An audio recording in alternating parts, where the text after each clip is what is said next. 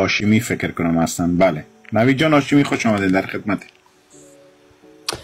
درود، سلام، وقت بخیر. من از آقای یک سوال دارم. خودت به خداوند اعتقاد داری؟ هدفتان مستم یا پویا جان؟ خودت هستی کاش. اسم من کاوش است، پویا هستنشان. خب چون من لایو که پویا جان گفته آمده فکر میکنی که من هستم.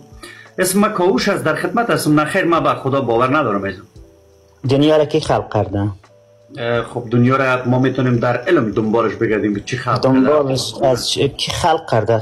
خلقت دنیا خالق نداره. چرا باید شما خالق پیش فرض بگیرین به جهان؟ چرا نداره؟ خب چرا نداره یعنی چی؟ خب تو را که انسان کی خلق کرده؟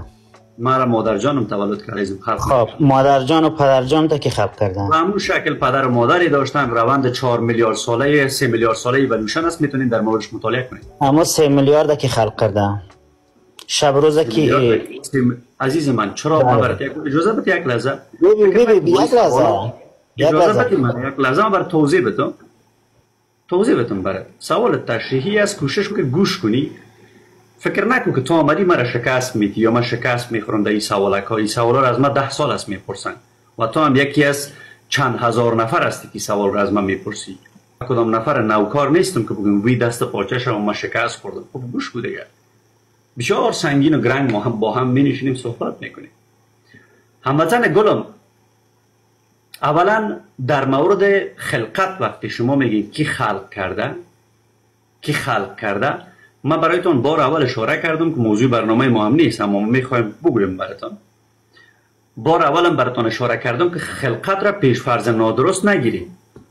چرا باید خالق وجود داشته باشه؟ خالقی که نه برایش ادله داریم، نه برایش سند داریم، نه برایش ثبوت داریم.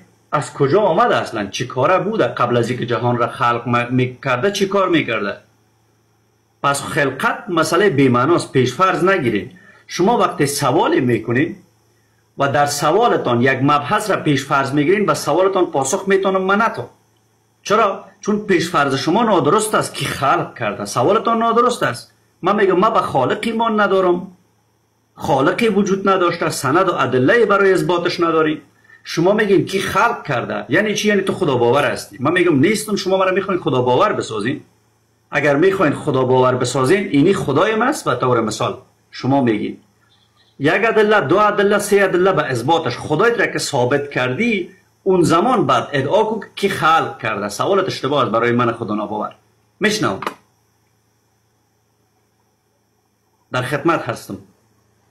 مایکتان بسته است. مایک مرا میبنده؟ بله، به خاطر که اجازه نمیدادید. خب آقای کاوش عزیز، آقای کاوش عزیز، تو درست برای ما پاسخ نمیدی. تو می دیدگاه خودت میگی.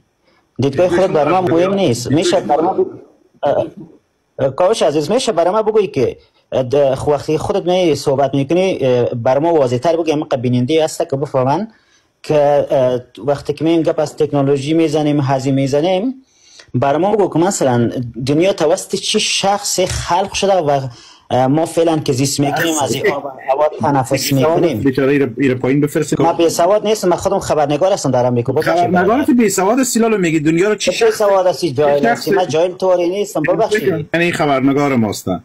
خبرنگار ما کی قسم باشم میگه دنیا رو چی شخص خلق کرده کاوشم؟ عزیز دلم، ما پیشتر برام گفتم دنیا را اصلا وقتی که یک کشور رئیس آقای کاوش یک کشور از خود رئیس جمهور داره، درست؟ آیا می دنیا یک خالق داره نداره؟ نه خیر نداره. ثبوت کو که نداره؟ بسیار عالی. پس ما یک ببین. درست است. شکر. ببین عزیز دلم، مقایسه کردن یک کشور با یونیورس یا هستی مغالطه است. شما که ژورنالیست هستین باید مغالطات را بدونید. ژورنالیستی که مغالطات را ندونه سرنامش یک نوع کلان بکشیم. باید حمله شخصی امیدوار هستم نشده باشه. در آمریکا هم هستین، حداقل سطح ژورنالیسمتان هم بسیار بالاتر از باید ژورنالیست های افغانستان ما باشه که در جامعه مذهبی بزرگ شده. پس شما باید مغالطات را بدونید. مغالطه قیاس معال فارق این است که من بگویم پس اگر این گوشی که در دست من سازنده داره، جهان هم سازنده داره. در حالی که جهان فرایند طبیعی داره و گوشی فرایندش مکانیکی است. ما دو پدیده ای که با هم دیگر سنخیت ندارن نمیتونیم مقایسهشون کنیم و استنتاج داشته باشیم. پس مغالطه را که شما مرتکب شدین مغالطه قیاس ما الفارق است که باید این مغالطه را شما میدونستین که متاسفانه نمیدونید. اما در مورد جهان و یونیورس ما در مورد عمرش وقت صحبت میکنیم 4 میلیارد و چند صد میلیون سال میشه و ما برایتون چند تا کتاب معرفی میکنم. شما برین لطفا این کتابا رو مطالعه کنین هموطن. این مسئله یک شبه نیست که در یک شب کاهوش برای شما 4 میلیارد و چند صد میلیون سال قبل را معرفی کنه و برایتون جواب بده و فکر کنین که با سادگی شما میتونین به اون جواب برسید. من کتابی را برایتون معرفی میکنم به نام جهانی از عدم. جهانی از عدم یعنی چی؟ یعنی جهانی از هیچ بدون خالق. این کتاب را فیزیکدانی نوشته که جایزه بسیار بزرگ گرفته. این کتاب را یک فیزیکدان بسیار ماهر خداناباور نوشته.